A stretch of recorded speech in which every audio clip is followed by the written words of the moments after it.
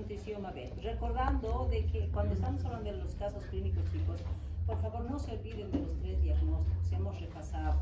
El diagnóstico patológico, el diagnóstico nutricional, tienen que saber las tablas de Gómez. Y también hemos visto el diagnóstico inmunológico, ¿no es cierto? Hemos repasado el esquema del PAI, ¿no es cierto? Entonces, eso es obligatorio en los 3 casos clínicos que cualquiera de los docentes vaya a presentar, ¿ya? Si es que estamos hablando de un caso, por ejemplo, en que hay un, qué sé yo, un resfriado común, o una patología, que sea una faringoamigdalitis, o una patología leve, entonces se pone el diagnóstico patológico.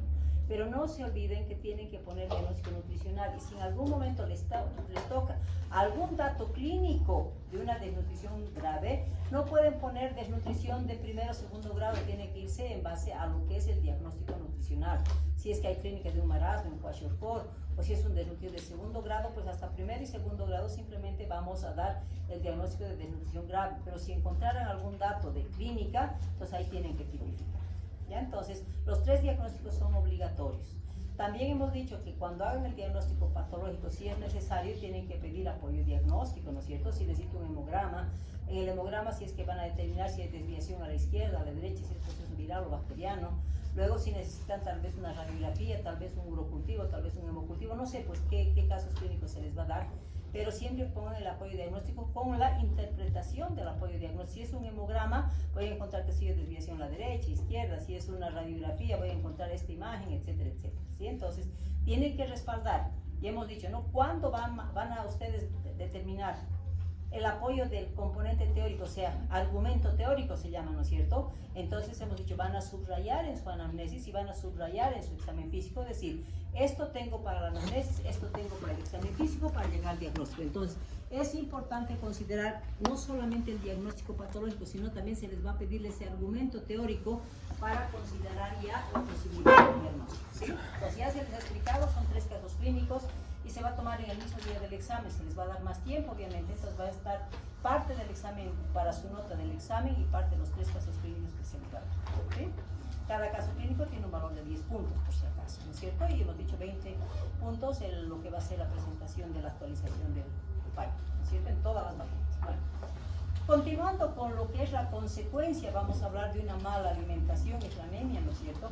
Cuando hablamos de anemia, actualmente, ¿qué es lo que se dice? Antes se manejaba la anemia específicamente con una evaluación de conjuntivas o palidez de mucosa, ¿no es cierto? Entonces podíamos ver conjuntivas. Actualmente la OMS dice, ¿y qué pasa cuando un paciente está con un proceso inflamatorio conjuntival, cuando tiene un proceso inflamatorio mucosa? No vamos a poder diagnosticar, entonces cambia el concepto de decir de que a nivel de conjuntivas y mucosas vamos a evaluar la palidez, más bien va a lo que es palidez palmar, ¿ya? Entonces actualmente se está manejando como diagnóstico la investigación y se compara la palidez con una persona que no tiene anemia.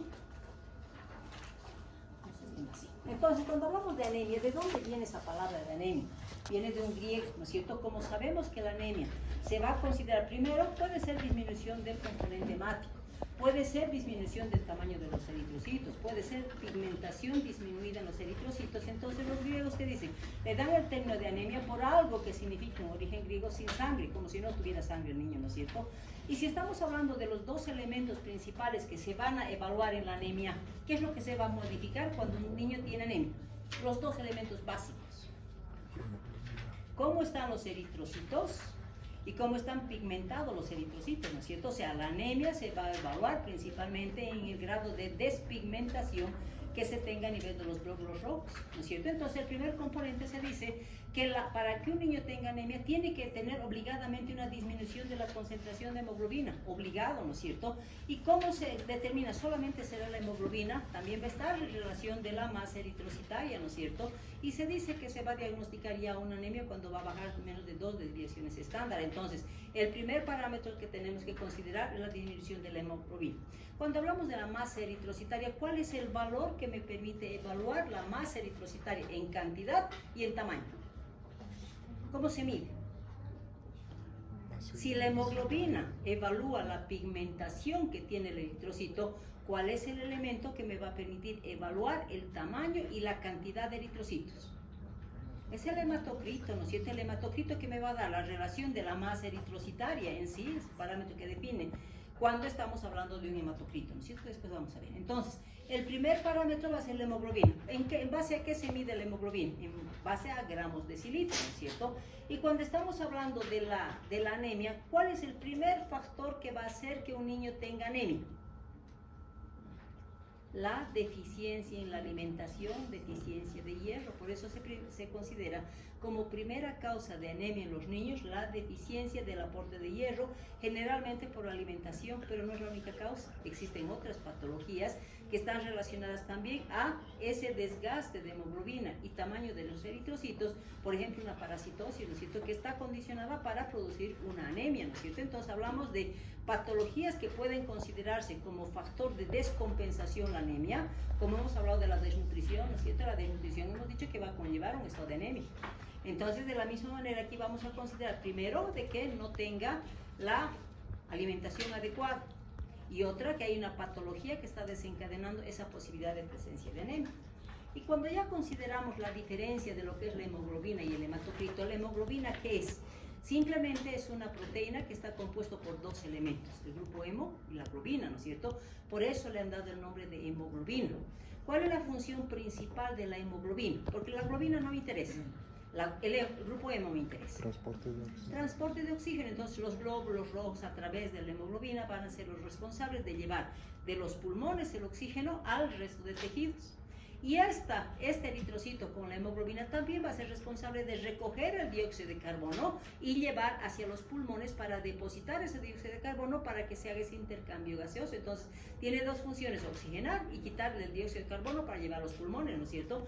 Entonces, hemos dicho que se va a medir en base a medidas gramos decilitro. Al mismo tiempo, ¿cómo medimos la concentración en cantidad y en tamaño de los eritrocitos? A través del hematocrito. ¿Y qué es el hematocrito? Es la relación de una sangre total en base a la concentración o el volumen de la masa eritrocitaria. Entonces, si nosotros dejamos una porción de sangre total, vamos a esperar que se sedimente esos eritrocitos y ese porcentaje de relación de masa eritrocitaria, glóbulos rojos, en relación al plasma me va a dar el volumen del hematocrito, ¿no es cierto? Y cuando consideramos ya niveles, entonces, ¿será que todas las edades van a tener un mismo nivel? Eso no es cierto. ¿Por qué? Porque si estamos hablando del recién nacido, ¿qué característica hematológica tiene el recién nacido? Dos características principales. ¿Cuáles? Primero decimos que es un niño que es hemoconcentrado. Mucho eritrocito, mucho glóbulo blanco, mucha plaqueta, ¿no es cierto? La hemoconcentración. Otra condición propia del recién nacido, ¿cuál es? Que su eritrocito tiene una vida corta, ¿no es cierto? ¿Cuánto tiempo vive el eritrocito del recién nacido y neonatito? ¿De ustedes cuánto tiempo vive? 120 días, ¿verdad? En el niño vive 70, 80 días. ¿Qué condiciona eso? Que va a haber envejecimiento precoz, va a haber hemólisis de esos eritrocitos. ¿Y qué va a condicionar? La liberación de la hemoglobina, ¿no es cierto? Por eso un recién nacido y neonatito van a tener valores hasta 20 gramos de decilitro, alta concentración. Pero cuando el niño ya va creciendo, va normalizando esas concentraciones y decimos que el lactantito va a bajar hasta 13, el escolar va a bajar hasta 14, diferenciando en el sexo masculino y el sexo femenino, y decimos que la hemoglobina en la niña es mayor o es menor. Es mayor, ¿no es cierto?, en relación al sexo femenino. Entonces, en la edad de la adolescencia manejamos un parámetro de 12 a 13 gramos de decilitro y en los escolares se maneja la misma proporción de 12 a 14 gramos de decilitro, ¿no es cierto? Como hemos dicho, que para la anemia no solo me interesa la concentración de hemoglobina, sino también el hematocrito. ¿Por qué? La hemoglobina me va a dar el grado de anemia en base a la pigmentación de los glóbulos rojos. El hematocrito me va a dar el diagnóstico del tipo de anemia en base a ese eritrocito que puede ser microcítico o puede ser macrocítico, ¿no es cierto? Entonces, el hematocrito también es importante y nuevamente por la hemoconcentración que va a presentar, va a tener 45 a 61% de masa eritrocitaria. ¿Qué me está diciendo eso? Mucho eritrocito en relación al plasma, ¿no es cierto? Por eso tenemos alto porcentaje. Después ya va disminuyendo de 32 a 42 y el escolar va a mantener un 40%. Entonces, aclarar que la hemoglobina me va a permitir el diagnóstico de la gravedad y el hematocrito me va a permitir el diagnóstico de tipo de eritrocitos o tipo de anemia como una microcitosis o una macrocitosis. Bueno, si hablamos de por qué se desarrolla la anemia, hablamos de que el eritrocito tiene una forma de un disco bicóncavo, ¿no es cierto? Esta es la imagen de un eritrocito y se dice que este eritrocito tiene que tener cambios. tiene que tener un desequilibrio entre la producción de eritrocitos, o sea, disminución de eritrocitos, o de lo contrario va a perder la pigmentación de los eritrocitos. Entonces la relación de poco eritrocito y menos hemoglobina va a condicionar al desequilibrio entre estas dos proporciones. Y al mismo tiempo que consideramos, si esto es lo que me dice que tiene una anemia, ¿qué es lo que normalmente establece que un niño tenga garantía de producción de eritrocitos? Es la médula ósea la responsable de producir eritrocitos normales, normocíticos y normocrómicos. Pero para que se dé eso, ¿qué tiene que tener? Que ese eritrocito tiene que tener una concentración normal de hemoglobina. Y si estamos hablando de una concentración normal de hemoglobina, ¿qué necesita ese organismo para garantizar esa concentración de hemoglobina? ¿Cuál es la base para que un eritrocito no se despigmente? Tenga una hemoglobina a concentración adecuada. Los depósitos de hierro que todos los niños tienen, que le van a garantizar mantener un eritrocito pigmentado y un eritrocito normocítico. Entonces, esta hemoglobina y la forma de los eritrocitos van a ser dependientes del sustrato que se llama o el depósito de hierro. Al mismo tiempo sabemos que la hemoglobina está compuesta por 4 subunidades de globina y grupo hemo. ¿Quién nos interesa? El grupo hemo, porque es el responsable de el transporte de oxígeno y el responsable de las manifestaciones clínicas en algún momento del niño que va a tener un grado de anemia. Y al mismo tiempo decimos, no, si los eritrocitos tienen un sustrato, ¿qué me va a garantizar? Que esos eritrocitos después de la edad neonatal van a tener una vida de 120 días. O sea, si es que ese niño va a tener sus eritrocitos con una vida de 120 días, no va a desarrollarse. Pero si hay un factor como el sustrato que disminuye, ¿qué me va a condicionar? A que pueda haber alguna patología de eritrocitos viejos como es en la edad neonatal, o de lo contrario, hay algo que está produciendo esa eliminación, vamos a decir, de los eritrocitos viejos, pero para que haya un eritrocito nuevo, ¿qué necesita? El sustrato, ¿no es cierto? O sea, a eso se relaciona la producción. La médula va a tener eritrocitos que van a vivir 120 días, estos van a envejecer, van a ser eliminados por el vaso, ¿no es cierto? Pero la médula, ¿qué hace al perder esos eritrocitos viejos? Inmediatamente los repone, por lo tanto, más eritrocitaria. Entre producción y eliminación tiene que haber un equilibrio, ¿no es cierto? Para que ese niño no tenga anemia. Al mismo tiempo, si estamos hablando de esta hemoglobina que va a garantizar que ese eritrocito sea normal, tiene que tener depósitos, ¿no es cierto? Porque si estamos hablando de algunas condiciones, por ejemplo, en que el niño no tenga depósitos, va a desarrollar pues anemia. Si ese sustrato va a ser por tiempo prolongado, va a alterar el tamaño de los eritrocitos, ¿no es cierto? Entonces ahí decimos que debe existir un equilibrio entre la pérdida continua de ese envejecimiento que hemos dicho y la producción de eritrocitos que tienen que ser reemplazados, pero con un eritrocito normocítico y normocrómico. Esto me dice normalidad, ¿no es cierto? Entonces, si necesito producción y necesito pigmentación a través del sustrato, ¿cuándo se va a dar la anemia? Cuando falle la producción, o la utilización, vamos a decir, de sustratos por una mala alimentación. Entonces, esa va a ser la consecuencia de que ese niño vaya a tener anemia. Al mismo tiempo dice, vamos, no me interesa el hematocrito, dice, me interesa la hemoglobina. ¿Por qué? Porque la hemoglobina va a ser la responsable de establecer un estado hipóxico en el organismo y va a ser el responsable también de dar una clínica. Y ahí dice, la hemoglobina solamente es la responsable de los grados de anemia para dar manifestaciones clínicas, ¿no es cierto? Si estamos hablando de una alteración morfológica, ¿primero bajará la hemoglobina o primero bajará el tamaño de los eritrocitos?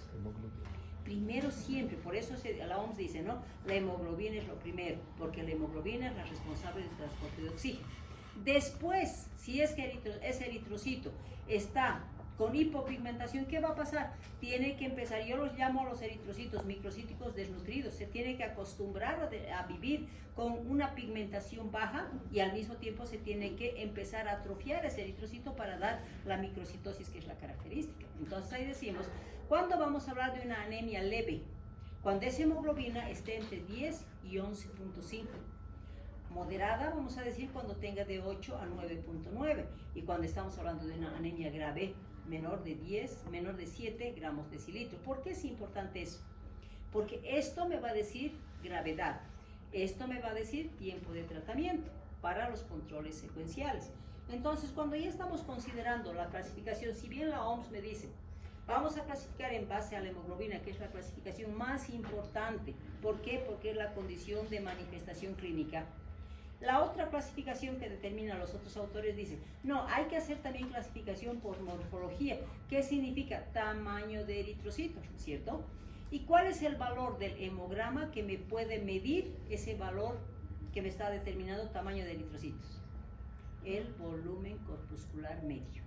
Si estamos hablando de un volumen corpuscular medio, ¿cuál es el valor normal cuando tenemos una anemia normocítica? Porque podemos tener anemia normocítica, ¿no es cierto? Por baja de sustrato. Lo normal del volumen corpuscular medio va a ser de 80 a 100 femtolitros, ¿cierto? Si baja de 80 femtolitros, ¿qué me está diciendo? Que los eritrocitos son chiquitos. Entonces ya estoy hablando de una alteración morfológica de los eritrocitos. Entonces vamos a entrar al componente de anemia microcítica y generalmente está relacionado también con una hipocromía, ¿no es cierto?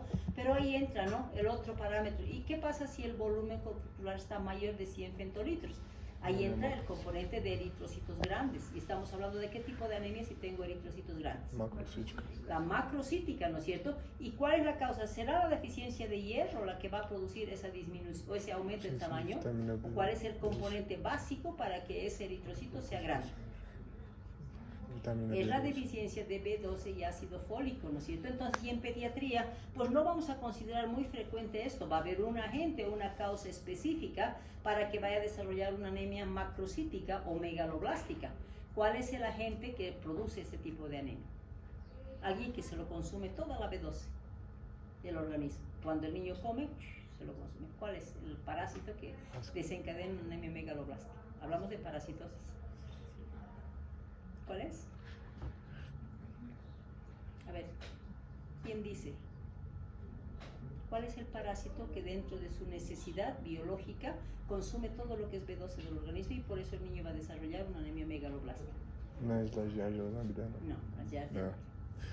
No Es me una acuerdo. de las tenias, se la llama la tenia diminuta, Leminolepsis nana, ¿cierto? Entonces, esa es la que en su metabolismo necesita B12 y va a condicionar como complicación de su permanencia intestinal con una anemia macrocítica, ¿sí? Cuando consideramos ya otras clasificaciones decimos, ¿no? A ver, ¿quién es el responsable en el organismo de producir eritrocitos? ¿Quién? La médula ósea. Si vamos a